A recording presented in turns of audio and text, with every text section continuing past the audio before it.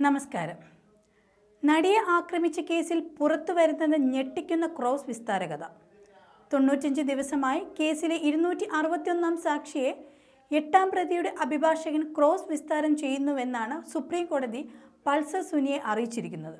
കേസിലെ 261 സാക്ഷി ബൈജു പൗലോസ് എന്ന അന്വേഷണ ഉദ്യോഗസ്ഥനാണ്. 8-ാം പ്രതി ദിലീപ്. പൾസർ സുനിയുടെ വെളിപ്പെടുത്തൽ കണക്കിലെടുത്ത് അന്വേഷണ ഉദ്യോഗസ്ഥൻ ബൈജു പൗലോസിനെ വിചാരണ കോടതിയിൽ വിസ്തരിക്കുന്നതിൻ്റെ രേഖകൾ ഹാജരാക്കാൻ സുപ്രീം കോടതി നിർദ്ദേശിച്ചിരുന്നു.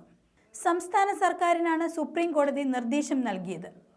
ബൈജു പൗലോസിനെ 95 ദിവസമായി ക്രോസ് വിസ്താരം നടത്തുകയാണെന്ന് പൾസർ സുനിയുടെ അഭിഭാഷകനാണ് കോടതിയെ അറിയിച്ചത്.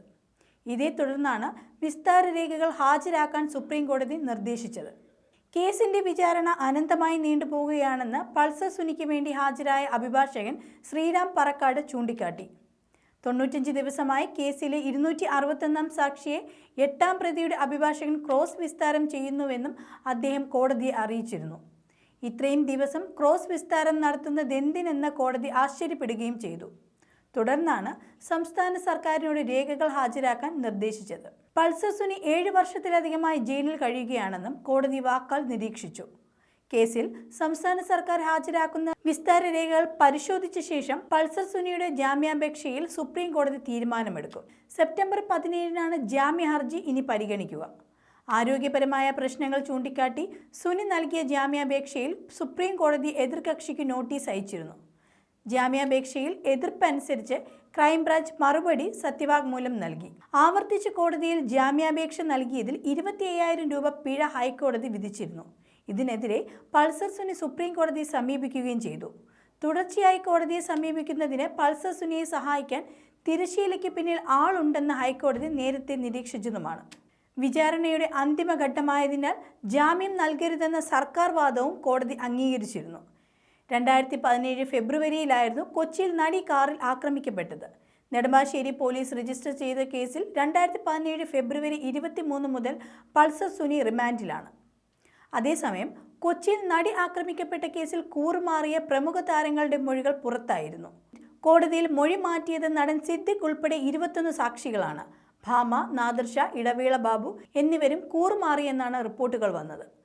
പോലീസിന് നൽകിയ മൊഴി കോടതിയിൽ മാറ്റി പറയുകയും ചെയ്തിരുന്നു. കേസിൽ നിർണായകമാകേണ്ടിയിരുന്ന മൊഴികളാണ് സംഘം മാറ്റി പറഞ്ഞത്. സിദ്ദിഖ് ഉൾപ്പെടെ മൊഴി മാറ്റിയത് 8-ാം പ്രതി ദിലീപിന് അനുകൂലമായാണെന്നും റിപ്പോർട്ടുകൾ വന്നിരുന്നു.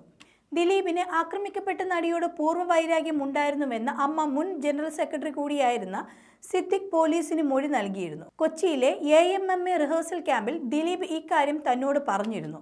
ആക്രമിക്കപ്പെട്ട നടിയെ നേരിൽ കണ്ടാൽ തല്ലുമെന്നും ദിലീപ് പറഞ്ഞിരുന്നു. പ്രശ്നപരിഹാരത്തിന് താൻ ശ്രമിക്കുകയും ചെയ്തു. ആക്രമിക്കപ്പെട്ട നടിയുമായി സംസാരിച്ചു വരുന്നുവെന്നും സിദ്ദിഖ് മൊഴി നൽകിയിരുന്നു. എന്നാൽ പിന്നീട് സിദ്ദിഖ് കൂറുമാറിയതായി പ്രോസിക്യൂഷൻ കോടതിയെ അറിയിക്കുകയായിരുന്നു. നടി ബിന്ദു പണിക്കരും പോലീസിൽ പറഞ്ഞ മൊഴി മാറ്റി പറഞ്ഞിരുന്നു. കാവ്യ മാധവൻ കരഞ്ഞു എന്നതുൾപ്പെടെ ബിന്ദു പണിക്കർ പറയുകയും ചെയ്തതാണ്. ദിലീപ് ആക്രമിക്കപ്പെട്ട നടിയോട് പൂർവ്വവൈരാഗ്യം ഉണ്ടായിരുന്നുവെന്ന് പറഞ്ഞ ബിന്ദു പണിക്കർ കൊച്ചിയിലെ അമ്മ റിഹേഴ്സൽ ക്യാമ്പിലെ സംഭവങ്ങൾ വിശദീകരിച്ചതുമാണ്. പിന്നീട് ബിന്ദു പണിക്കർ കോടതിയിൽ സാക്ഷിമൊഴി മാറ്റുകയായിരുന്നു. ബിന്ദു പണിക്കർ കൂറുമാറിയതായി പ്രോസിക്യൂഷൻ കോടതിയെ അറിയിക്കുകയും ചെയ്തു. തൻ്റെ റോളുകൾ ഒഴിവാക്കുന്നതിനായി ആക്രമിക്കപ്പെട്ട നടി പരാതി പറഞ്ഞിരുന്നുവെന്നും ദിലീപിന് ആക്രമിക്കപ്പെട്ട നടിയോട് വൈരാഗ്യം ഉണ്ടായിരുന്നു എന്നുമാണ് ഇടവേള ബാബു പോലീസിന് നൽകിയ മൊഴി. പ്രധാന പ്രതികളായ പൾസർ സുനി, വിഷ്ണു എന്നിവർ വിളിച്ചിരുന്നുവെന്നാണ് നാദിർ ഷാ മൊഴി നൽകിയിരുന്നത്. ജയിലിനകത്തു നിന്നാണ് പൾസർ സുനി നാദിർ ഷായെ വിളിച്ചത്. എന്നാൽ ഇദ്ദേഹവും കോടതിയിലെത്തിയപ്പോൾ മൊഴി മാറ്റി പറയുകയായിരുന്നു.